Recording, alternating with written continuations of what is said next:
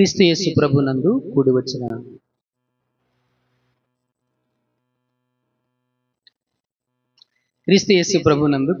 అందరికీ వందనాలండి. అందరికీ వందనాలు. ఈరోజు దేవుని వాక్యాన్ని మనకు అందించడానికి దైవ సేవకులు సురేష్ అయ్య గారు మన మధ్యలో ఉన్నారు. వారు నిలవబడి దేవుని వాక్యాన్ని అందిస్తూ ఉండగా, వారు వస్తూ ఉండగా చప్పట్లు కొట్టి వారికి ప్రేమ ఆహ్వానం తెలియచారు.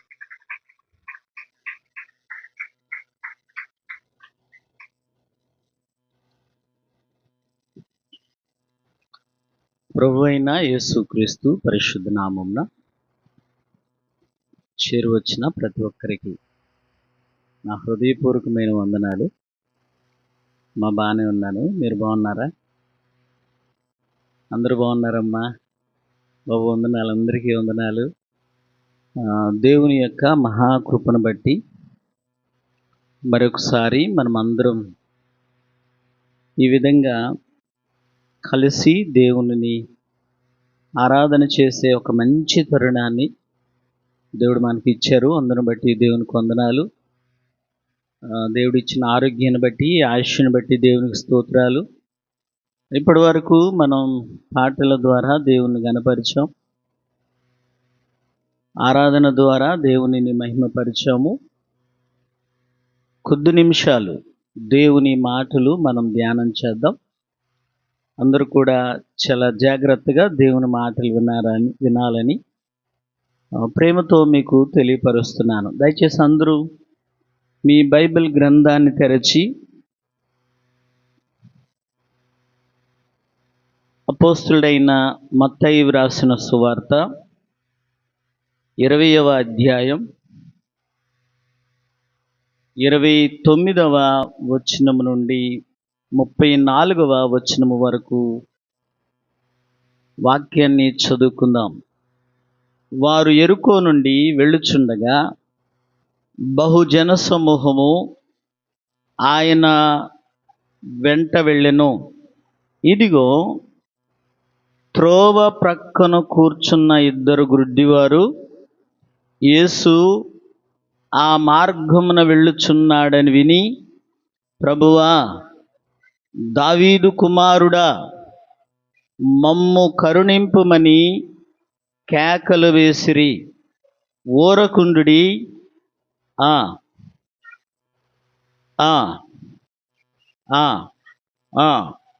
ప్రభువా, దావీదు కుమారుడా, మమ్ము కరుణింపుమని మరి బిగ్గరగా కేక వేసిరి. యేసు నిలిచి వారిని పిలిచి, నేను మీకేమి చేయగోరుచున్నారని అడుగగా, వారు, ప్రభువా, మా కన్నులు తెరవవలెనని. యేసు కనికరపడి వారి కన్నులు ముట్టెను. వెంటనే వారు దృష్టి పొంది ఆయన వెంట వెళ్ళిరి. చాలు. ఈ మాటలను దేవుడు మన వినికిడిలో దీవించి ఆశీర్వదించునుగాక. ఆమెన్. చిన్న ప్రార్థన చేసుకుందాం. చదవబడిన వాక్య భాగం కొరకు, పరిశుద్ధాత్మ దేవుని నడిపింపు కొరకు మనము చిన్న ప్రార్థన చేద్దాం. అందరూ మీ మనసులలో దేవునిని అడగండి. ప్రభువా, ఈ ఉదయకాల సమయంలో నీ వాక్య భాగం ద్వారా నాతో మాట్లాడు తండ్రి. నన్ను దర్శించి నా ఆత్మీయ అభివృద్ధికి మంచి మాటలను మీ దాసుని ద్వారా పలికించు ప్రభువా అని చిన్న ప్రార్థన చేద్దాం. దయగలిగిన తండ్రి, కృపగలిగిన దేవా, మీ నామమునకు వందనాలు. ఇప్పటి వరకు మిమ్మల్ని ఆరాధన చేసి కృపనిచ్చినందుకు మీకు వందనాలు ప్రభువా. కొద్ది నిమిషాలు నీ మాటలు మేము ధ్యానం చేస్తుండగా, పరిశుద్ధాత్మ తండ్రి, మీరు మాతో మాట్లాడండి. నిలబడుతున్న నేను బలహీనుడను, నన్ను బలపరిచి, యేసయ్యా, మీ సిలువ చాటున నన్ను మరుగుపరుచుకుని నీ ఆత్మచేత అభిషేకించి నీ బిడ్డల మధ్యలో నీ చేతి పనిముట్టిగా వాడుకొనండి. నీ నామం మాత్రమే ఘనపరచబడి మహిమపరచబడిలాగిన కృపనివ్వండి. అందరి హృదయాలను మీరు కదిలింపచేయండి. అయ్యా, ఆత్మీయ ఉజ్జీవాన్ని మాలో దయచేసి మీకు సమీపముగా జీవించే కృప దయచేయమని యేసయ్య నామమున ప్రార్థన చేస్తూ ఉన్నాము తండ్రి. ఆమేన్. దయచేసి అందరూ కూర్చోనండి. ప్రభునందు ప్రియ దేవుని బిడ్డలారా, మనము చదివిన ఈ వాక్య భాగం మనందరికీ బాగా పరిచయమైన వాక్య భాగమే, క్రొత్తదేం కాదు. మీరు చాలాసార్లు ఈ వాక్య భాగాన్ని చదువుంటారు లేదా వినుంటారు. కనీసం ఇక్కడ కూర్చున్నటువంటి వారు ఒక్కసారైనా వినుంటారు ఈ మాటలు కదా, నేర్చుకున్నటువంటి వాక్య భాగమే. కానీ దేవుని వాక్యం ఎన్నిసార్లు చదివినా విన్నా ప్రతిసారి లేదా చదివిన ప్రతిసారి ఒక నూతనమైన విషయాలను దేవుడు మనకు బయలుపరుస్తూ ఉంటాడు. కాబట్టి దేవుడు ఈరోజు ప్రత్యేకంగా మనతో మాట్లాడటానికి ఇష్టపడుతున్నారు. కాబట్టి అందరూ కూడా చాలా జాగ్రత్తగా మీరు వినాలని ప్రేమతో మనవి చేస్తున్నాను. ప్రియ దేవుని బిడ్డలారా, యేసు ప్రభు ఈ భూమి మీద జీవించిన దినాలలో అనేక ప్రాంతాలు తిరిగి సువార్త పరిచర్య చేశారు. అనేకులను స్వస్థపరిచారు. ఎన్నో అద్భుత కార్యాలు చేశారు, సూచక క్రియలు చేశారు. ప్రజలకు, సమాజానికి మేలుకరమైనటువంటి బోధలు ఎన్నో చేశారు ఆయన. ఈ క్రమంలో ఒకానొక సమయంలో ఆయన యెరికో ప్రాంతానికి వచ్చారంట. ఎక్కడికి వచ్చారు? యెరికో ప్రాంతానికి వచ్చారు. అదే మాట చదువుతున్నాం 29వ వచనంలో. వారు యెరికో నుండి వెళ్ళుచుండగా, అంటే యెరికో ప్రాంతానికి వచ్చి యెరికో నుండి వెళ్ళుచూ ఉండగా, యెరికో ప్రాంతము నుంచి వెళుతూ ఉండగా బహుజన సమూహము ఆయన వెంట వెళ్ళిరి.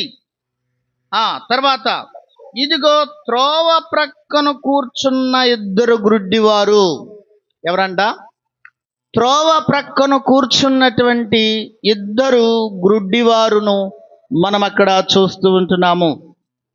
ప్రియ దేవుని బిడ్డలారా, వారు ఎక్కడ కూర్చున్నారు? యేసు ప్రభు యెరికో నుండి వెళ్ళుచూ ఉండగా చాలా మంది జనసమూహము యేసయ్యను వెంబడించారంట.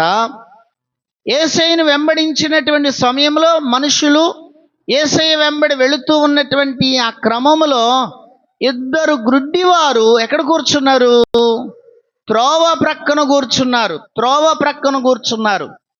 ప్రియ దేవుని బిడ్డలారా, ఈ రోజున అనేకమైనటువంటి జీవితాలు త్రోవ ప్రక్కనే ఉంటున్నాయి. ఎక్కడ ఉంటున్నాయి? చాలా మంది జీవితాలు త్రోవ ప్రక్కనే ఉంటున్నాయి. ఈ త్రోవ ప్రక్కన ఉన్నటువంటి ప్రజలు ఆలోచన చేయవలసినటువంటి రోజు ఈరోజు. ఒకవేళ ఈ ఉదయకాల సమయంలో నీవు త్రోవ ప్రక్కన ఉన్నట్లయితే ప్రమాదములో ఉన్నావు. త్రోవ ప్రక్కన ఉన్నట్లయితే త్రోవ ప్రక్కను విడిచి సరైనటువంటి మార్గములోనికి నీవు రావాలి. ఎక్కడికి రావాలి? సరైనటువంటి మార్గములోనికి నీవు రావాలి. త్రోవ ప్రక్కను నీవు విడిచిపెట్టాలి. త్రోవ ప్రక్క. యేసు ప్రభు ఒక ఉపమానాన్ని చెబుతూ విత్తువాని ఉపమానం చెప్తూ ఉన్నారు కదా. ఉపమానం చెప్తూ ఒక వ్యక్తి వ్యవసాయం చేస్తూ తన పొలములో విత్తనాలు చల్లడానికి వెళ్ళాడంట. ఏం చల్లడానికి వెళ్ళాడు? పొలములో విత్తనాలు చల్లడానికి వెళ్ళాడు.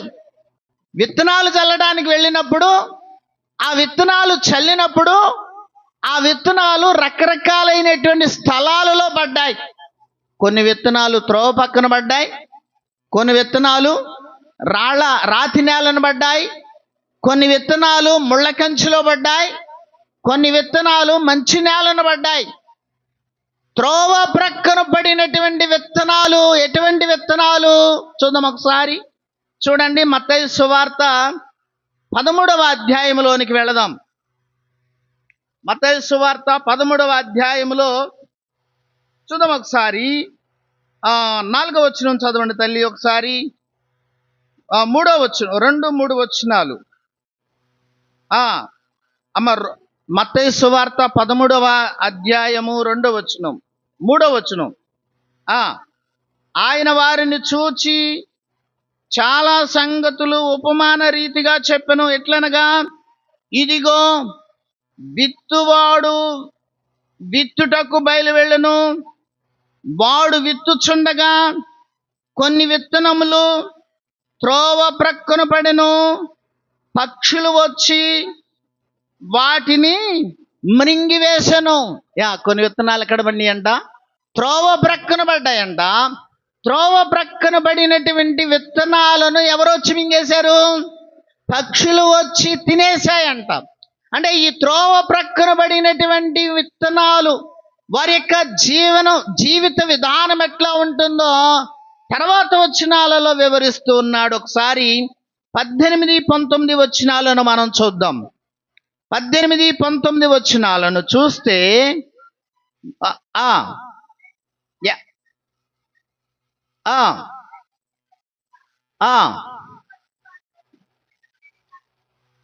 దుష్టుడు వచ్చి వాని హృదయంలో విత్తబడిన వానిని ఎత్తుకొని పోవును. త్రోవ ప్రక్కను విత్తబడిన వాడు వీడే. ఎవరంట? త్రోవ ప్రక్కన విత్తబడినటువంటి వాడు వీడే. అంటే ఏ గింజ అయితే, ఏ విత్తనమైతే త్రోవ ప్రక్కన పడుతూ ఉందో ఆ వ్యక్తికి దేవుని వాక్యం వినిపించబడుతూ ఉంది, దేవుని వాక్యము వివరించబడుతూ ఉంది. వారు మందిరానికి వస్తూ ఉంటున్నారు, పాటలు పాడుతూ ఉంటున్నారు, దేవుని వాక్యాన్ని చదువుతూ ఉన్నారు, దేవుని మందిరంలో పాల్గొంటూ ఉన్నారు, ఆరాధనలో పాల్గొంటూ ఉన్నారు. కానీ దేవుని వాక్యాన్ని గ్రహించలేని స్థితిలో ఉన్నారంట. ఏ స్థితిలో ఉన్నారు? గ్రహించలేని స్థితిలో ఉన్నారు. అవును, నిజమే. ఈ రోజున సంఘాలలో మనం చూస్తే ఆత్మీయంగా, లేదంటే క్రైస్తవ సమాజంలో కనుక మనం చూసినట్లయితే ఆత్మీయంగా దేవుని వాక్యాన్ని గ్రహించలేని స్థితిలో ఉంటా ఉన్నారు. అందుకని ఇంకా రక్షణ మార్గంలోనికి రాలేకపోతూ ఉన్నారు. సమృద్ధి జీవము కలిగినటువంటి సంఘమా, నీ కొరకు దేవుడు ఒక మంచి దైవజనుడిని ఏర్పాటు చేసి నిన్ను ఆత్మీయంగా పోషించడానికి, నిన్ను ఆత్మీయంగా బలపరచడానికి, నిన్ను ఆత్మీయంగా దేవునిలో నడిపించడానికి, నిన్ను దేవునికి సన్నిహిత సంబంధంగా కలిగి జీవించడానికి దేవుడు నీ కొరకు ఒక ఆత్మీయ నాయకుడిని ఏర్పాటు చేస్తే, మరి దేవుని వాక్యములు నీకు వినిపించబడుతూ ఉండగా దేవుని వాక్యాన్ని నువ్వు గ్రహిస్తూ ఉన్నావా? దేవుని వాక్యాన్ని నువ్వు గ్రహిస్తూ ఉన్నావా?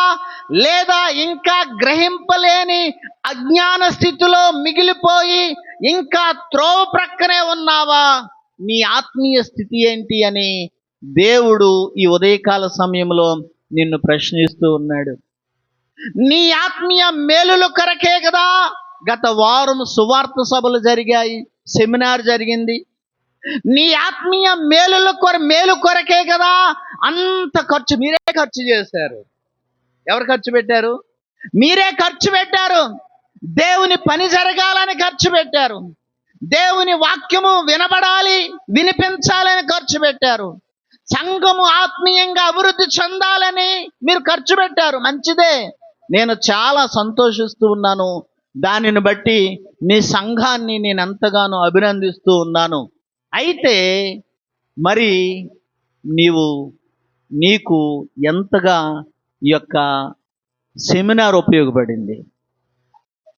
ఎంతమంది గ్రహించారు దేవుని వాక్యాన్ని, సత్యాన్ని ఎంతమంది గ్రహించారు? నా ప్రియమైనటువంటి దేవుని సంఘమా, ఇంకా నీవు మారు మనసు పొందకుండా, మారు మనసు పొందినటువంటి వారు ఎంతమంది ఉన్నారు ఇక్కడ? మారు మనసు పొందినటువంటి వారు ఎంతమంది ఉన్నారు? రక్షణ పొందిన వారు ఎంతమంది ఉన్నారు? రక్షణ అంటే బాప్తీసం కాదు అని గత వారంలో మనం నేర్చుకున్నాం. బాప్తీసం గురించి నేను మాట్లాడట్లేదు. నీవు నీళ్లలో మునగటం గురించి నేను మాట్లాడట్లేదు. నీ హృదయములో ఎంతవరకు మార్పు అనేది వచ్చింది. ఇదిగో చాలా మంది అజ్ఞాన స్థితిలోనే ఉంటా ఉన్నారు. కొరింథీ పత్రిక 2 కొరింథీయులకు రాసిన పత్రిక 4వ అధ్యాయము 4వ వచనంలో ఒక మాట చదువుదాం ఒకసారి. దయచేసి చదవండి. కొరింథీయులకు ఆ దేవుని స్వరూపి అయ్యున్న క్రీస్తు మహిమను కనపరుచు సువార్త ప్రకాశము వారికి ప్రకాశింపకుండు నిమిత్తము ఈ యుగ సంబంధమైన దేవత అవిశ్వాసులైన వారి మనోనేత్రములకు గ్రుడ్డితనము కలగజేసెను. చాలు. ఏంటంట? ఎవరు ఎవరు ఎవరు కలగజేశారు? ఈ యుగ సంబంధమైన దేవత వారి మనోనేత్రములకు గ్రుడ్డితనాన్ని కలగజేశాడంట. ప్రియమైనటువంటి దేవుని బిడ్డలారా, ఎందుకు నేను ఈ మాటలు చెబుతూ ఉన్నానంటే, త్రోవ ప్రక్కన కూర్చున్నటువంటి కూర్చున్నటువంటి వారిని గురించి నేను మాట్లాడుతూ ఉన్నాను. త్రోవ ప్రక్కన కూర్చున్నటువంటి వారు ఎవరనగా, దేవుని వాక్యాన్ని వింటూ, దేవుని మందిరములో ఉంటూ, దేవునిని ఆరాధన చేస్తూ, పాటలు పాడుతూ, దేవునిని మహిమపరుస్తూ, దేవుని మందిరంలోనే ఉంటా ఉన్నారు. కానీ వారికి ఏమి లేదంట. దేవుని స్వరూపి అయి ఉన్న క్రీస్తుని ప్రకటిస్తున్నప్పటికీ కూడా, దేవుని యొక్క పరిశుద్ధతను కనపరుస్తున్నప్పటికీ కూడా, దేవుని యొక్క మహిమను వివరిస్తున్నప్పటికీ కూడా ఏంటంట, సువార్త ప్రకాశమును వారు గ్రహింపలేనటువంటి అజ్ఞాన స్థితిలో ఉన్నారు. సమృద్ధి జీవము కలిగిన సంగమా, నీవు దేవుని ప్రకాశమును గ్రహించావా? దేవుని మహిమను గ్రహించావా? ఇంకా త్రోవ ప్రక్కనే ఉన్నావా? లేదంటే సరి అయినటువంటి మార్గములోనికి నీవు వచ్చావా? ఇర్మియా గ్రంథములో ప్రవక్త అయినటువంటి ఇర్మియా అంటాడు కదా, ఇదిగో పురాతన మార్గములను గురించి విచారణ చేయడి అని అంటా ఉన్నాడు. దేని గురించి అంట? నీ వ్యర్థమైనటువంటి మార్గాన్ని విడిచిపెట్టాలి. ఇదిగో నీకు ఉపయోగము లేనటువంటి మార్గాన్ని విడిచిపెట్టాలి. నీకు మేలు లేనటువంటి మార్గాన్ని విడిచిపెట్టాలి. ఇదిగో పురాతనమైనటువంటి మార్గం ఏది? నీకు మేలు కలుగు మార్గం ఏది? నీకు ఉపయోగకరమైన మార్గం ఏది? నీవు సరైనటువంటి స్థలానికి, సరైనటువంటి గమ్యానికి వెళ్ళేటటువంటి మార్గం ఏది అని అడిగి తెలుసుకొని అందులోనికి రమ్మని చెప్పేసి ప్రవక్త అయినటువంటి ఇర్మియా ఆహ్వానిస్తూ ఉన్నాడు. గనక నా ప్రియమైనటువంటి దేవుని బిడ్డలారా, నీవు ఇంకా త్రోవ ప్రక్కనే ఉన్నావా? నీవు రాజమార్గములో ఉన్నావా? ఎక్కడున్నావని దేవుడు నిన్ను ప్రశ్నిస్తూ ఉన్నాడు. ఇదిగో ఇంకా మారు మనసు పొందకపోతే, ఇదిగో ఇంత సొమ్ము నీవు ఖర్చు పెట్టి ఉండగా, ఇదిగో ధనము వ్యర్థమైపోతా ఉన్నది. కానీ పాత పాట అవుతుంది. పండుగలెన్నో గడచిపోవుచున్నవి, నీ జీవితంలో మార్పు లేదు మానవా.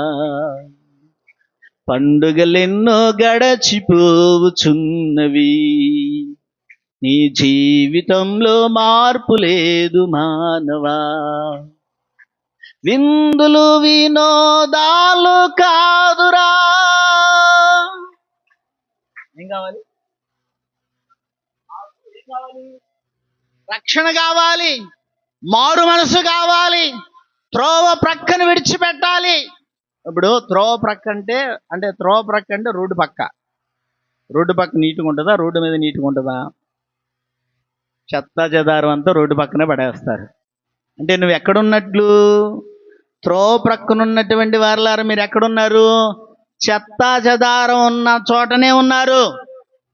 అంటే మారు మనసు పొందని నీవు, నీ హృదయాన్ని ప్రభువుకి అర్పించినటువంటి నీవు, ఇదిగో యేసు ప్రభుని రక్షకుడిగా అంగీకరించినటువంటి నీవు, ఇదిగో బాప్తీసం పొందనటువంటి నీవు, యేసయ్యను హృదయంలోనికి చేర్చుకొని నీవు ఇంకెక్కడున్నావు?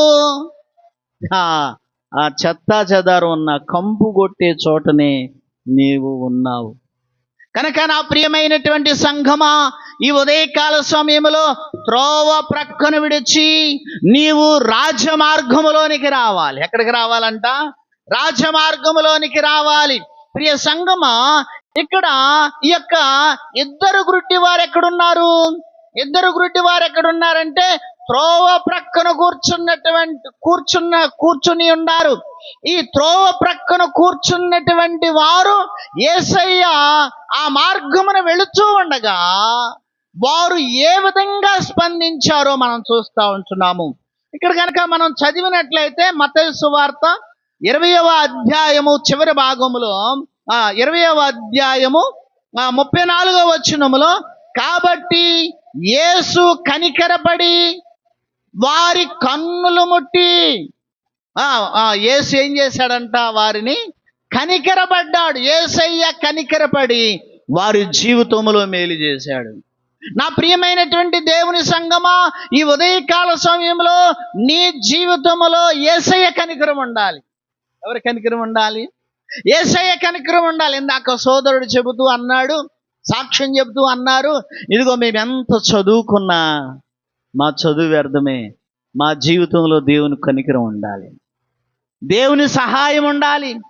నా ప్రియమైనటువంటి దేవుని బిడ్డలారా, నీ చదువు నిన్ను పరలోక రాజ్యానికి నడిపించదు. నీ డబ్బు నిన్ను పరలోక రాజ్యానికి నడిపించదు. నీకున్నటువంటి సమాజంలో ఉన్న హోదా నిన్ను పరలోక రాజ్యానికి నడిపించదు. నీకున్నటువంటి తెలివితేటలు నిన్ను పరలోక రాజ్యానికి నడిపించవు. అయితే నీ జీవితంలో దేవుని కనికరం ఉండాలి. ఏముండాలి? దేవుని కనికరం ఉండాలి. దేవుని కనికరం ఉండాలి. దేవుని కనికరం అనేది కనుక మన జీవితంలో లేకపోతే మన జీవితాలు శూన్యమే. దేవుని కనికరం అనేది మన జీవితంలో లేకపోతే మన జీవితాలు వ్యర్థమే. కాబట్టి నా ప్రియమైనటువంటి దేవుని సంగమా, దేవుని ప్రజలారా, దేవుని కనికరం అనేది మన జీవితంలో కలిగి ఉండాలి. ఈ యొక్క ఇద్దరు గుడ్డి వారు, త్రోవ ప్రక్కన కూర్చున్నటువంటి ఇద్దరు గుడ్డి వారు దేవుని కనికరాన్ని పొందుకున్నారంట. ఏం పొందుకున్నారు? నా మాటలు వింటున్నారా తల్లి? అర్థమవుతున్నాయా బాబు? దేవుని కనికరాన్ని పొందుకున్నారు. దేవుని కనికరాన్ని పొందుకోవడానికి ముందు ఈ గుడ్డివారి యొక్క స్పందన యేసు ప్రభు పట్ల ఏ విధంగా ఉందో కొన్ని మాటలు మనం చూద్దాం. ఈ ఉదయకాల సమయంలో ఈ ఇద్దరు గుడ్డివారు ఏ విధంగా స్పందించారో మనము కూడా అదే విధంగా స్పందించినట్లయితే ఖచ్చితంగా నా కుటుంబాలలో, నా జీవితాలలో దేవుని కనికరం ఉంటుంది అని నేను ఖచ్చితంగా చెప్పగలను. అయితే దేవుని కనికరం పొందుకోవటానికి ముందు వీరి యొక్క స్పందన ఏ విధంగా ఉన్నది అని అంటే చూద్దాం ఒకసారి. మత్తయి సువార్త 20వ అధ్యాయము 30వ వచనాన్ని చదువుకుందాం. ఇదిగో త్రోవ ప్రక్కన కూర్చుని ఇద్దరు గుడ్డివారు యేసు ఆ మార్గమున వెళ్ళుచున్నాడని విని, చాలమ్మా, ఎక్కడన్నా ఏం చేశారంటే వీళ్ళు, ఇదిగో వారు త్రోవ ప్రక్కనే కూర్చున్నారు. కానీ త్రోవ ప్రక్కన ఉన్నప్పటికీ కూడా వారు ఎవరిని గురించి విన్నారు అని అంటే యేసు ఆ మార్గము గుండా వెళుతూ ఉన్నాడని విన్నారంట. యేసయ్య గురించి విన్నారు. నీ జీవితాన్ని కట్టేది, నీ జీవితాన్ని నిలబెట్టేది, నీ కుటుంబాన్ని కట్టి నీకు మేలు చేసేది దేవుని మాట. భక్తుడు పాడతాడు, నీ వాక్యమే నన్ను బ్రతికించెను, బాధలలో నెమ్మదిని ఇచ్చెను. నీ వాక్యమే నన్ను బ్రతికించెను, బాధలలో నెమ్మదిని ఇచ్చెను. కృపాశక్తి దయా సత్య సంపూర్ణుడా, వాక్యమై ఉన్న యేసు వందనమయ్యా. కృపాశక్తి దయా సత్య సంపూర్ణుడా, వాక్యమై ఉన్న యేసు వందనమయ్యా. హల్లెలూయా. దేవుని వాక్యము నిన్ను బ్రతికింపజేస్తా ఉంది. దేవుని వాక్యము నిన్ను జీవింపజేస్తా ఉంది. దేవుని వాక్యము నీకు బాధలలో నెమ్మదినిస్తా ఉంది. దేవుని వాక్యము నీకు ధైర్యాన్ని ఇస్తా ఉంది. దేవుని వాక్యము నీకు ఓదార్పునిస్తా ఉంది. దేవుని వాక్యము నీకు సరైనటువంటి మార్గాన్ని చూపిస్తా ఉంది. కాబట్టి మనము దేవుని వాక్యాన్ని వినాలి. ఏం వినాలంట? దేవుని వాక్యాన్ని వినాలి. దేవుని వాక్యము వింటే మన జీవితాలు బాగుపడతాయి. దేవుని వాక్యాన్ని విని బాగుపడినటువంటి హంతకులు ఎంతో మంది ఉన్నారు. దేవుని వాక్యాన్ని విని వారి కుటుంబాలను కట్టుకున్నటువంటి వారు ఎంతో మంది ఉన్నారు. దేవుని వాక్యాన్ని విని ఇదిగో ఎంతో మంది హత్య చేసినటువంటి వారు మారారు. దేవుని వాక్యాన్ని విని వ్యభిచారులు మారారు. దేవుని వాక్యాన్ని విని మేలు పొందినటువంటి వారు అనేకులు ఉన్నారు. దేవుని వాక్యము నిన్ను బ్రతికింపజేస్తా ఉంది. దేవుని వాక్యాన్ని మనం వినాలి. ఈ రోజున అన్నీ వింటాం కానీ దేవుని వాక్యాన్ని వినాం కదా. అన్నీ వింటాం, లోకంలో జరిగేటటువంటి విషయాలన్నీ వింటాం, రకరకాలైనటువంటి విషయాలను గురించి వింటాం, అన్నీ వింటాం, కానీ దేవుని వాక్యాన్ని ఈ రోజున వినట్లేదు. దేవుని వాక్యాన్ని వినాలి. అవ్వ ఎవరి మాట వింది? సాతాను మాట వింది. ఏమైపోయింది? కుటుంబాన్ని కుప్పకూల్చేసింది, ప్రపంచాన్ని కుప్పకూల్చేసింది. ప్రియమైన దేవుని బిడ్డలారా, నీవు ఏమి వింటున్నావో జాగ్రత్త సుమా. పక్కింటి వాళ్ళ ఇంట్లో ఏం జరుగుతుందో వినటానికి ఇష్టపడతాం. పక్కింటి వాళ్ళ జీవితాలలో ఏం జరుగుతుందో వినటానికి ఇష్టపడతాం. కానీ కూర్చుని దేవుని మాటలు వినటానికి మాత్రం ఇష్టపడం. ఈ రోజున దేవుని వాక్యం వింటే నీకు మేలు. దేవుని వాక్యాన్ని వింటే నీ పట్ల దేవుడు తన చిత్తాన్ని బయలుపరుస్తాడు. దేవునికి మహిమ కలుగును గాక. దేవుని వాక్యాన్ని వింటే నీ పట్ల ఉన్నటువంటి దేవుని చిత్తాన్ని దేవుడు నీకు బయలుపరుస్తాడు. కాబట్టి దేవుని మాటలు వినాలి.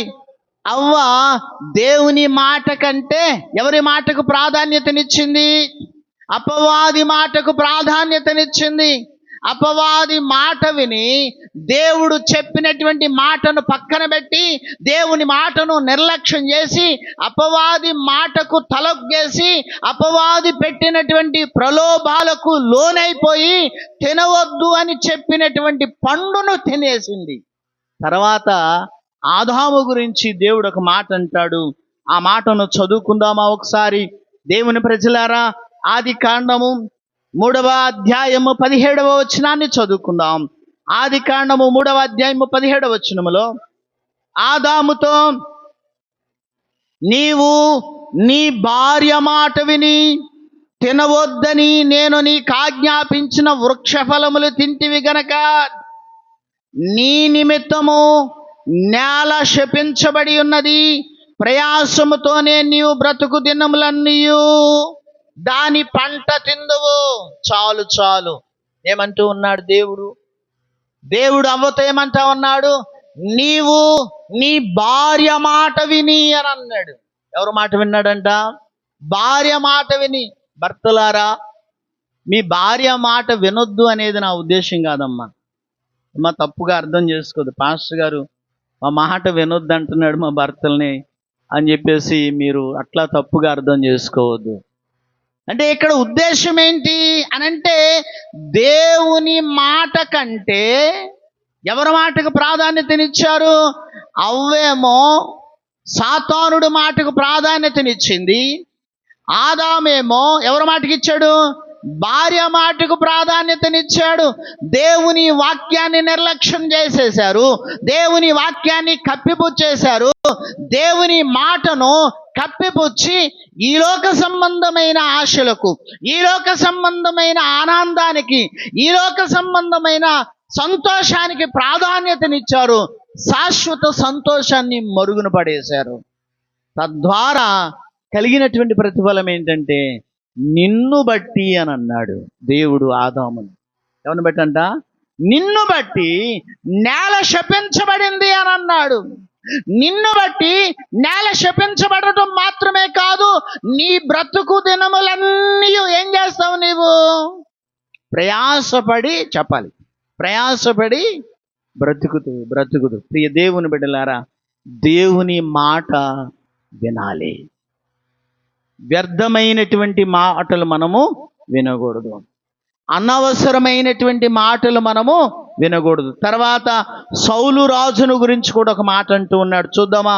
మొదటి సమూయేలు గ్రంథము 15వ అధ్యాయము 23-24 వచనాలను మనం చదువుకుందాం. సమూయేలు రాసిన మొదటి గ్రంథం 15వ అధ్యాయము 23-24 వచనాలను చదువుకుందాం. అమ్మా, తిరుగుబాటు చేయుట, సోద చెప్పుటను పాపముతో సమానము.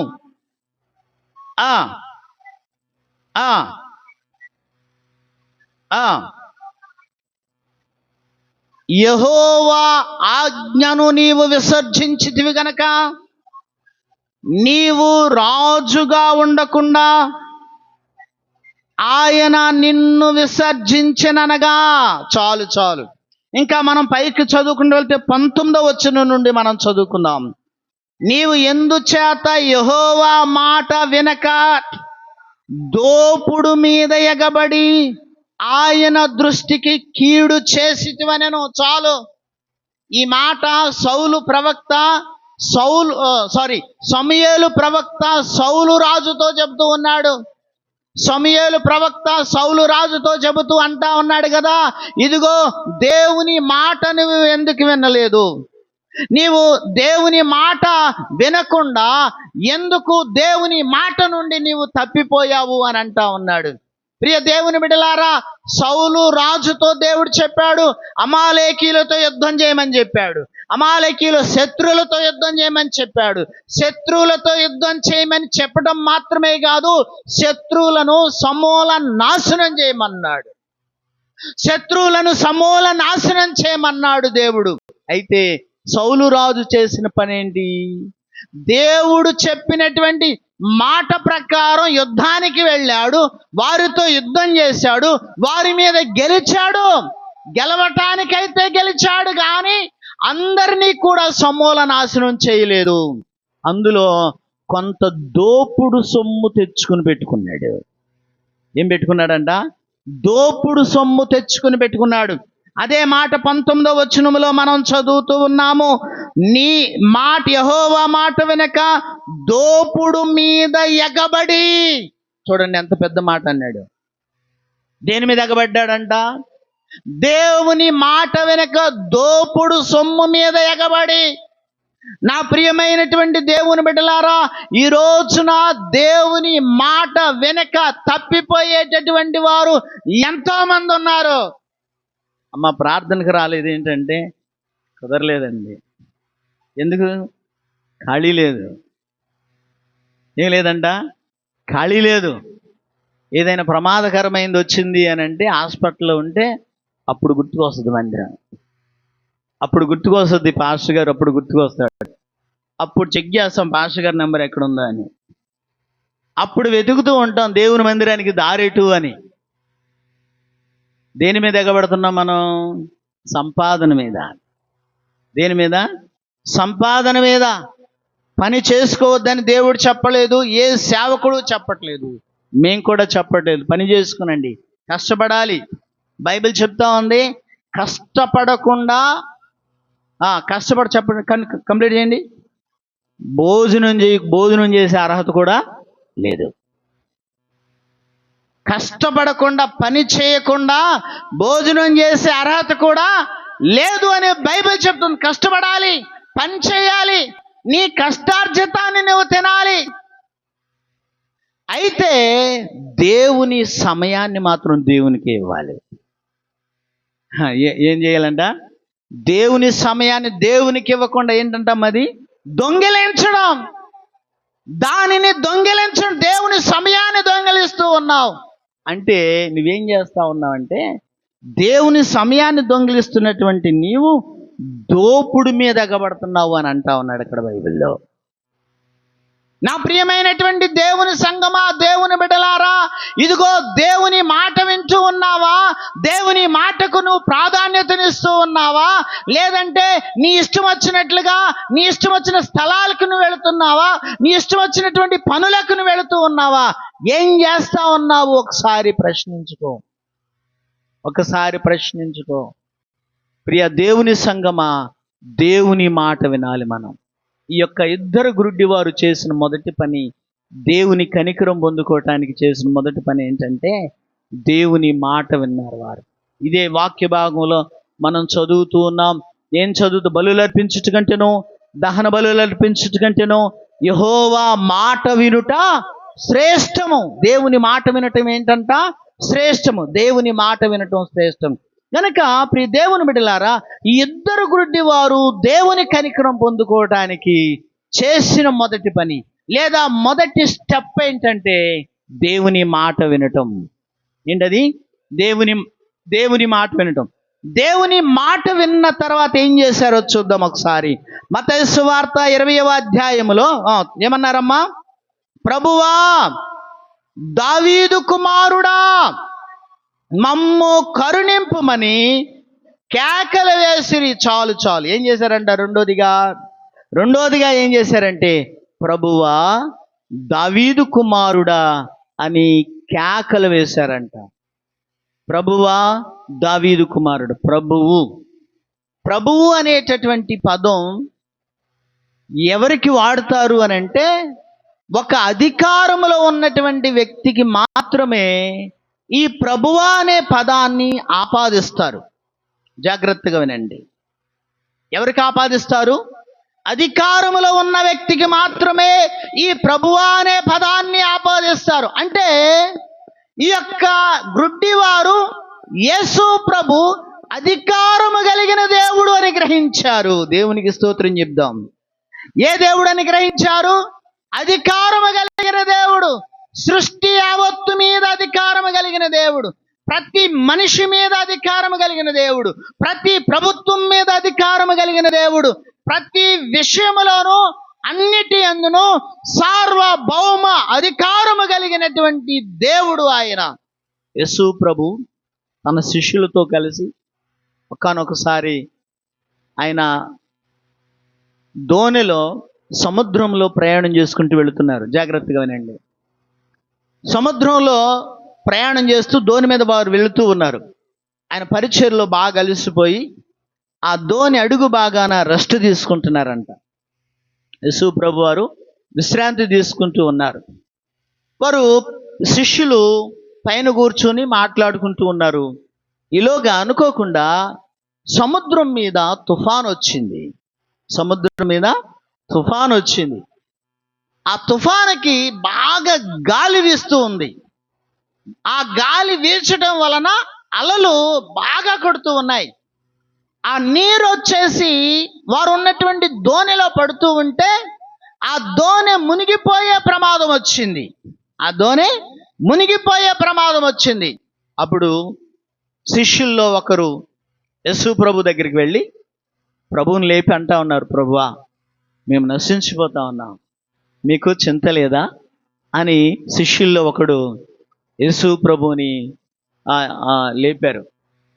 లేపినప్పుడు యేసయ్య లేచి బయటకు వచ్చి చూసి గాలిని సముద్రాన్ని గద్దించారంట. ఏం చేశారంటే గాలిని సముద్రాన్ని గద్దించారు. గద్దించిన వెంటనే ఏమైంది? అణిగిపోయింది. నెమ్మళమాయను అనే మాటను చదువుతున్నాం. నా ప్రియ దేవుని బిడ్డలారా, అంటే సృష్టి యావత్తు యేసు ప్రభు అధికారమునకు లోబడింది. అంటే సృష్టి యావత్తు మీద ఆయన అధికారము కలిగినటువంటి దేవుడై ఉన్నాడు. చప్పట్లు కొట్టి దేవుణ్ణి గట్టిగా మహిమపరచుదామా? ఆయన అధికారము కలిగిన దేవుడు. గట్టిగా దేవునికి స్తోత్రం చేద్దాం. హల్లెలూయా. ప్రియ దేవుని బిడ్డలారా, సృష్టి యావత్తు మీద ఆయన అధికారము కలిగిన వాడు. ఇంకా మనం చెప్పుకుంటూ వెళితే ఇదిగో ఒకానొకసారి అనేకులను యేసు ప్రభు దగ్గరకు తీసుకుని వచ్చారు. అనేక రోగులను యేసు ప్రభు దగ్గరికి తీసుకొచ్చారు. రోగులను స్వస్థపరిచారు ఆయన. రోగములను బాగు చేయడానికి ఆయన అధికారము కలిగిన వాడు. యాయీరు కుమార్తె చనిపోయిన స్థితిలో ఉంటే యేసు ప్రభు వెళ్ళి ఆ కుమార్తెను చిన్నదానా లెమ్ము అని పలికిన వెంటనే, ఆయన మాట పలికిన వెంటనే ఆ మాటకు లోబడి, అధికారానికి లోబడి మరణాన్ని జయించి తిరిగి లేచింది. లాజరు, చనిపోయినటువంటి లాజరు సమాధి దగ్గరికి వెళ్ళి అప్పటికే 3 దినాలు అయిపోయినప్పటికీ కూడా యేసు ప్రభు ఆ లాజరుని పిలిచాడు. లాజరు అని బయటికి రమ్మని పిలిచిన వెంటనే చనిపోయిన వాడు తిరిగి లేచి బయటికి నడుచుకుంటూ వచ్చేసాడు. ఆయన మరణము మీద అధికారము కలిగినటువంటి వాడు. అందుకేనంటా ఉన్నాడు, మరణమా నీ ముల్లెక్కడా, మరణమా నీ విజయం ఎక్కడా? మరణాన్ని జయించి అధికారమును సంపాదించినటువంటి, అధికారము కలిగినటువంటి నా యేసు ప్రభు నిన్ను బాగు చేయటానికి అధికారం కలిగిన వాడు ఆయన. నీ కుటుంబాన్ని నిలబెట్టడానికి అధికారం కలిగిన వాడు ఆయన. ఇదిగో నీ కుటుంబాన్ని నిలవబెట్టి నాయన కృపను నీకు తోడుగా ఉంచి నిన్ను నడిపించడానికి అధికారము కలిగినటువంటి వాడు యేసు ప్రభువారు. ఆయన మాటను గనక నువ్వు నమ్మనట్లయితే ఆయన అధికారం ఎంత గొప్పదో నీవు రుచి చూడగలవు. ఆయన మాటను నువ్వు నమ్మాలి. ఈ అధికారులు, ఈ యొక్క గుడ్డివారు యేసు ప్రభుని గురించి వినటం మాత్రమే కాదు, విన్న తర్వాత బైబిల్ చెప్తా ఉంది, వినుట వలన ఏం కలుగుతుందంట? విశ్వాసం కలిగింది. ప్రియ దేవుని బిడ్డలారా, వినటం వలన యేసు ప్రభు అధికారము కలిగినటువంటి దేవుడని వారు గ్రహించి ఒప్పుకున్నారు. ఏం చేశారంటే అధికారము కలిగిన దేవుడని గ్రహించి ఒప్పుకున్నారు. ఒప్పుకున్న తరువాత ఏం జరిగింది అని అంటే, వారు గ్రుడ్డివారు ఏం చేశారు? యేసు ప్రభుని, ప్రభువా మమ్మను కరుణించు అని కేకలు పెట్టారంట. ఏం చేశారంట? కేకలు పెట్టారు. కేకలు పెడితే అక్కడ కొంతమంది ఆటంకం పెట్టారు. ఏమన్నారు? చదువుతారు ఒకసారి. ఊరకుండుడి, జనులు వారిని గద్దించిరి గాని, చాలా ఒకసారి ఆగు. ఏం చేశారంట? జనులు గద్దించారంట. జనులు పిలవద్దు అని ఆపేశారు. అవును, నిజమే. నువ్వు ప్రార్థనకు వస్తుంటే నువ్వు ప్రార్థనకి వెళ్ళొద్దు అని ఆటంకపరిచేవారు ఎంతమంది లేరు? నువ్వు ప్రార్థనకి వెళ్తా ఉంటే నువ్వు ప్రార్థనకి వెళ్ళొద్దు అని చెప్పేసి మన ఇంట్లో వాళ్ళే మనకు ఆటంకంగా ఉంటారు. ప్రియ దేవుని బిడ్డలారా, ప్రార్థనకి వెళ్దామని అన్నీ రెడీ చేసుకున్నప్పుడే ఆ టైంలోనే ఇంపార్టెంట్ పనులు వస్తాయి కదా. ఆ టైంలోనే చాలా ప్రాముఖ్యమైనటువంటి పనులు వస్తాయి. ఆ టైంలోనే బంధువులు వస్తారు. ఆ టైంలోనే బంధువులు వస్తారు. ప్రార్థనను ఆటంకపరచాలి. సాతాను యొక్క ప్రధానమైన ఉద్దేశం ఏంటంటే, ఒక్కరోజేలే అని నువ్వు అనుకుంటావేమో, నేను ప్రతి వారం క్రమం తప్పకుండా ప్రార్థనకి వెళ్తున్నాలే, ఈ ఒక్క వారమే ప్రార్థనకి వెళ్ళపోతే ఏం కాదు అని నువ్వు అనుకుంటావేమో. జాగ్రత్త సుమా. ఒక ప్రార్థనలే మానేస్తున్నానులే నువ్వు అనుకుంటావేమో, కానీ సాతాను యొక్క ఉద్దేశం ఏంటంటే దేవునితో నీకున్నటువంటి సత్సంబంధాన్ని తెంపివేయటమే వాడి ప్రధాన లక్ష్యం. జాగ్రత్తగా వినండి. ఆ యోబు తన కుటుంబం నిమిత్తమై ప్రతిరోజు ప్రార్థన చేస్తూ ఉండేవాడు. యోబు తన కుటుంబస్తులు అందరూ కూడా కలుసుకుని విందు చేసుకుంటూ ఉండేవారు. అయితే యోబు ప్రతిరోజు ఏం చేసేవాడో తెలుసా? ఆ పిల్లలు ఒకవేళ దేవునికి వ్యతిరేకంగా ఏ క్షణైనా తప్పు చేశారేమోనని ఏం చేసేవారు? బలులు అర్పిస్తూ ఉండేవాడు. ఒకరోజు ప్రతిరోజు అర్పిస్తున్నాడుగా, ఒకరోజు అర్పించకపోతే ఏమవుద్దా?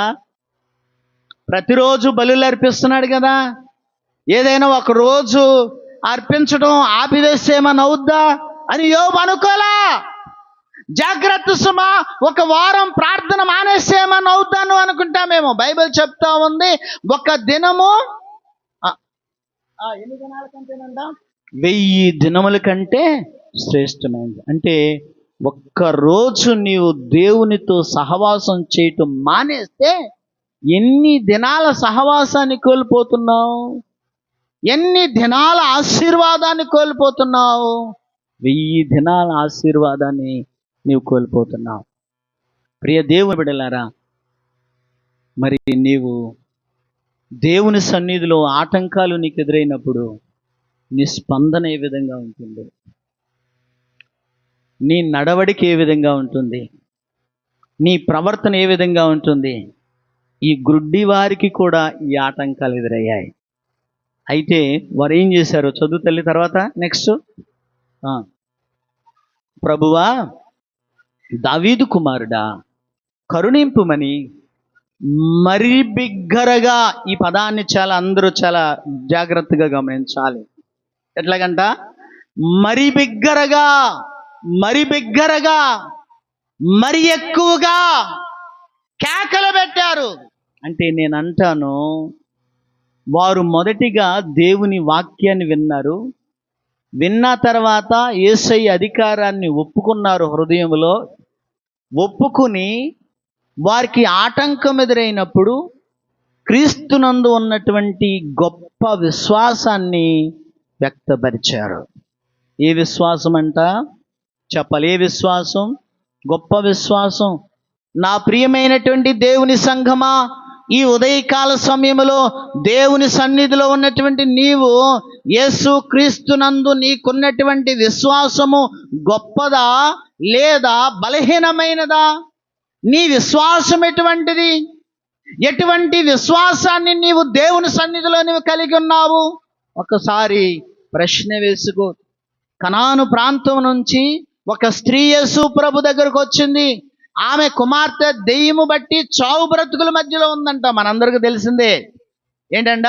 ఆమె కుమార్తె దెయ్యము బట్టి చావు బ్రతుకుల మధ్యలో ఉంది. ఇదిగో చాలా బాధలో వచ్చింది, చాలా వేదనలో వచ్చింది. యేసు ప్రభుని పిలిచింది, అయినా కానీ ఆయన ఏం పట్టించుకోలా. కేకలు పెడతా ఉంది, అయినా కానీ పట్టించుకోలా. శిష్యులు వచ్చి ఆమెను కూడా ఆటంకపరిచారు, అయినా కానీ ఆవిడ ఆటంకాలు ఏమి కూడా పట్టించుకోలా. అప్పుడు శిష్యులు యేసు ప్రభు దగ్గరికి వెళ్ళి అన్నారు, అయ్యా, మరి ఆవిడ మన వెనకాల వచ్చేస్తూ ఉంది, ఆవిడ కేకలు పెడతా ఉంది, ఎన్ని చెప్పినా కానీ వినట్లేదు, ఆవిడకి ఏదో ఒక మాట చెప్పేసి పంపించేయాలంటే యేసు ప్రభు వారు ఏమన్నారు? నశించిన ఇశ్రాయేలీయుల వద్దకే కానీ నేను మరి ఎవరి దగ్గరికి కూడా రాలేదు అని చెప్పేసి యేసు ప్రభు వారు అన్నారు. సరే అని చెప్పేసి ఈ మాట శిష్యులు ఆవిడకి చెప్తే ఆవిడ అయినా కానీ ఆ మాటలేం పట్టించుకోకుండా ఇంకా ఎక్కువ కేకలు పెడతా ఉందంట. శిష్యులు మరలా వచ్చి యేసు ప్రభుతో చెప్పారు. అప్పుడు యేసు ప్రభు అన్నారు, పిల్లలు తినే రొట్టె మెక్క తీసుకొని కుక్క పిల్లలకి వేయటం ఎంతవరకు సహజం? అది కాదు, సరైనది కాదనంటే ఆవిడ వెంటనే ఏమంది? అవును ప్రభువా, కుక్క పిల్లలు కూడా ఏం చేస్తాయి? ఎక్కడుండి? యజమానుల యొక్క బల్లల మీద నుండి పడు రొట్టె ముక్క.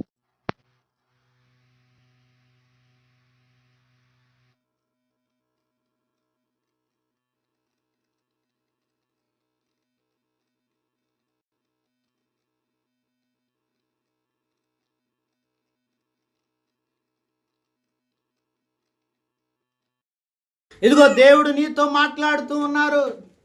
ఇదిగో దేవుడు నీతో మాట్లాడుతూ ఉన్నారు. నీ విశ్వాసము దేవుని పట్ల ఏ విధంగా ఉంది? బైబిల్ చెప్తూ ఉన్నది కదా, విశ్వాసము లేకుండా దేవునికి ఇష్టలయ్యుండుట అసాధ్యం అని బైబిల్ చెప్తూ ఉంది. విశ్వాసము లేకుండా దేవునికి ఇష్టలయ్యుండుట అసాధ్యం అంట. బైబిల్ గ్రంథంలో ఉన్నటువంటి అనేకమైనటువంటి భక్తులు అసాధ్యమైన వాటిని సాధ్యం చేసుకున్నారు విశ్వాసాన్ని బట్టి. ఇదిగో నీ విశ్వాసం ఎటువంటి విశ్వాసం? ఒక వాక్యాన్ని చదువుకున్నాము. తిమోతికి వ్రాసిన 2వ పత్రిక 4వ అధ్యాయము 7వ వచనములో. త్వరగా చదివి సహాయం చేయండి. తిమోతికి వ్రాసిన 2వ పత్రిక 4వ అధ్యాయము 7వ వచనములో, మంచి పోరాటము పోరాడి తిని నా పరుగు కడముట్టించి తిని విశ్వాసమును కాపాడుకొంటిని. చాలు తల్లి. ఏం కాపాడుకున్నాడంట పౌలు?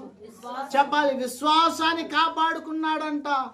ప్రియ దేవుని సంగమా, నీ విశ్వాసము కాపాడుకుంటూ ఉన్నావా లేదా నీ విశ్వాసము బలహీనపరుచుకుంటూ దేవుని వాక్యాన్ని విడిచిపెట్టి, దేవుని మందిరాన్ని విడిచిపెట్టి, దేవుని బిడ్డలతో సహవాసాన్ని విడిచిపెట్టి వెళ్ళిపోతూ ఉన్నావా? ఏం చేస్తా ఉన్నావు? నీ విశ్వాసము బలపడాలి అని అంటే సంఘముతో సహవాసం అనేది చాలా ప్రాముఖ్యమైనది. అందుకనే హెబ్రీ పత్రికలో హెబ్రీ రచయిత అంటాడు కదా, మీలో అనేకులు సమాజముగా కూడుకొనుట మానుకుంటున్నారు అని అంటా ఉన్నాడు. ఏం చేస్తున్నారంట? సమాజానికి, ఆ మందిరములో దేవుని మందిరానికి రావటం మానుకుంటున్నారు. దేవుని మందిరాన్ని మానుకుంటే సాతానుకు నువ్వు అవకాశాన్ని ఇచ్చినట్లే. దేవుని సన్నిధిని నువ్వు మానుకుంటే సాతానుకు అవకాశం ఇచ్చినట్లే. నీ విశ్వాసములో బలహీన పడిపోవటానికి నువ్వు అవకాశం ఇచ్చినట్లే. కాబట్టి ప్రియమైనటువంటి దేవుని బిడ్డలారా, మనము విశ్వాసములో బలంగా ఉండాలి. ఎట్లా ఉండాలంట? విశ్వాసములో బలంగా ఉండాలి. ఈ యొక్క